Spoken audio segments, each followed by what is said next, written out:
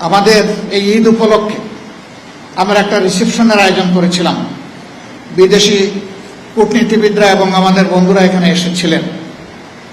ঈদের দিনটা মানুষ একটু খোলা মনে সবার সাথে মিশে, আমি একটু মিশেছি।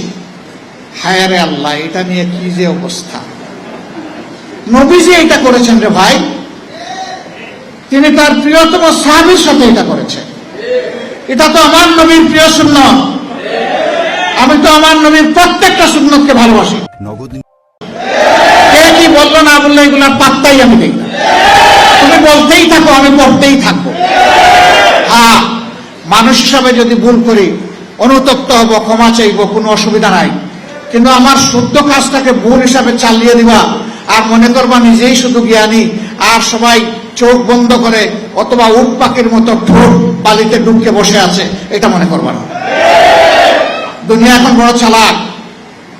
তুমি যে রাস্তা দিয়ে হাঁটো ওই রাস্তা অবজার্ভ করার জন্য তোমার রাস্তায় শত সার্চ লাইট বসে আছে।